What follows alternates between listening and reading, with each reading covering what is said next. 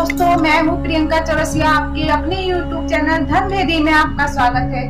दोस्तों, आप सभी को गणेश चतुर्थी की ढेर सारी शुभकामनाएं। भगवान गणेश आपके जीवन में सुख शांति बनाए रखे, विघ्नहर्ता आपके विघ्नों को हर ले, मैं भगवान से यही प्रार्थना करती हूँ।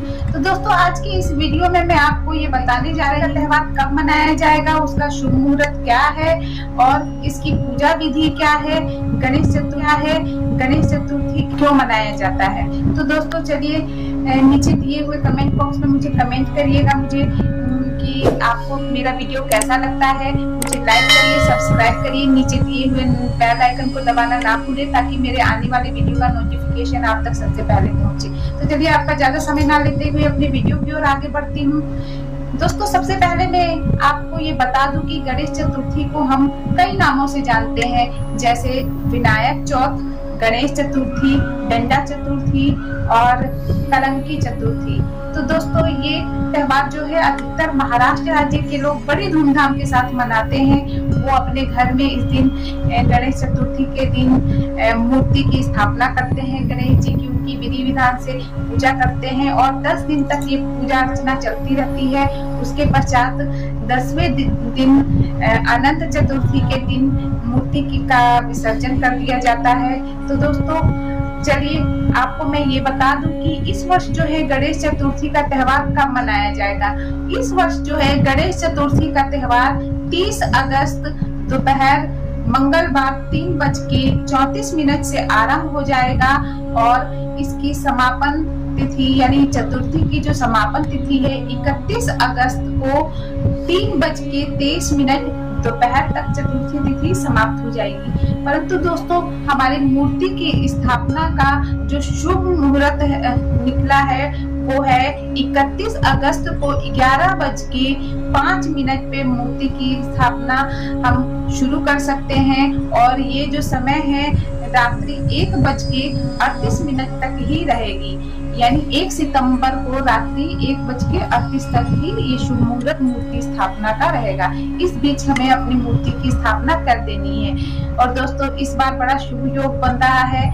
जैसा कि आप सभी जानते हैं, बुधवार का दिन जो है गणेश जी को अर्पित होता है और गणेश चतुर्थी का त्योहार जो है बुधवार को आरंभ हो रहा है और बुधवार को हम अपने घर में गणेश जी को लेके आएंगे। तो इसीलिए मैं सबसे कहूंगी कि इस चतुर्थी पे जो मूर्ति स्थापना नहीं भी करते हैं वो उस दिन गणेश भगवान की पूजा अर्चना जरूर करें।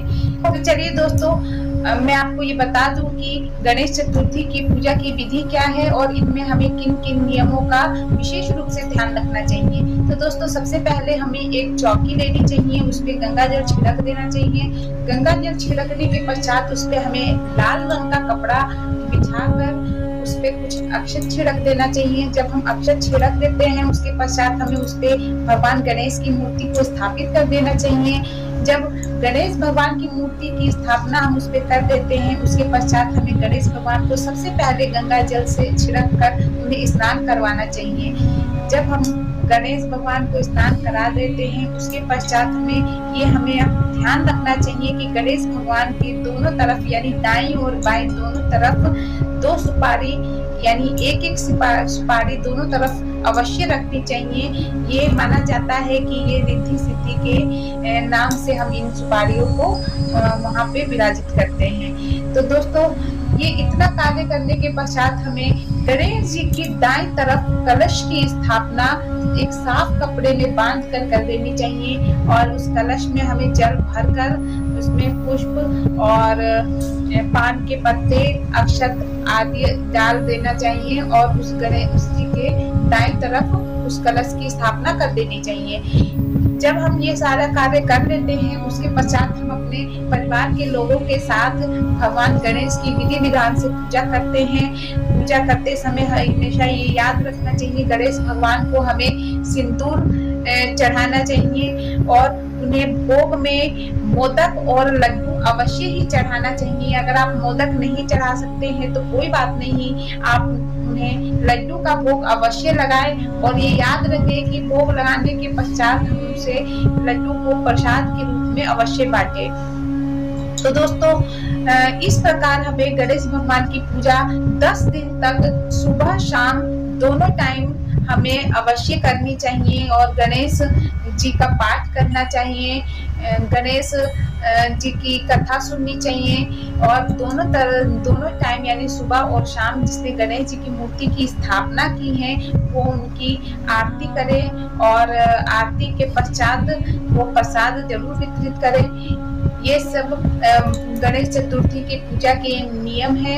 और दोस्तों सबसे जरूरी बात मैं आपको ये बता दूं कि गणेश जी को जब हम पूजा अर्चना करते हैं तो हमेशा ये 3 बातें अवश्य ध्यान में रखना चाहिए कि गणेश जी को हरी ध्रुवा अवश्य चढ़ाएं और उन्हें जब भी हम टीका यानी तिलक लगाएं वो सिंदूर का तिलक लगाएं और भोग में लड्डू अवश्य चढ़ाएं। तो दोस्तों ये थी गणेश चतुर्थी की पूजा की विधि।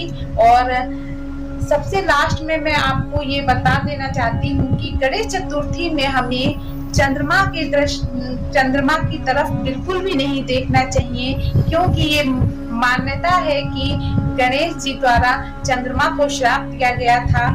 इसीलिए उस दिन अगर कोई भी चंद्रमा को देखता है तो वो मनुष्य भी कलंकित हो जाता है, ऐसी मान्यता है। और अगर कोई किसी ने गलती से उस दिन चंद्रमा की तरफ देख भी लिया तो ये कहा जाता है कि उसे किसी दूसरे की छत पे 5 पत्थर फेंक देना चाहिए। ऐसा करने से वो दोष मुक्त हो जाता है। तो दोस्तों ये थी गणेश चतुर्थी की पूजा विधि। आपको मेरा वीडियो कैसा लगा नीचे दिए हुए कमेंट बॉक्स में जरूर बताएं। मैं फिर आऊंगी नए वीडियो के साथ, नए उपायों के साथ। तब तक अपना प्यार आप मुझ पे ऐसे ही बनाए रखें।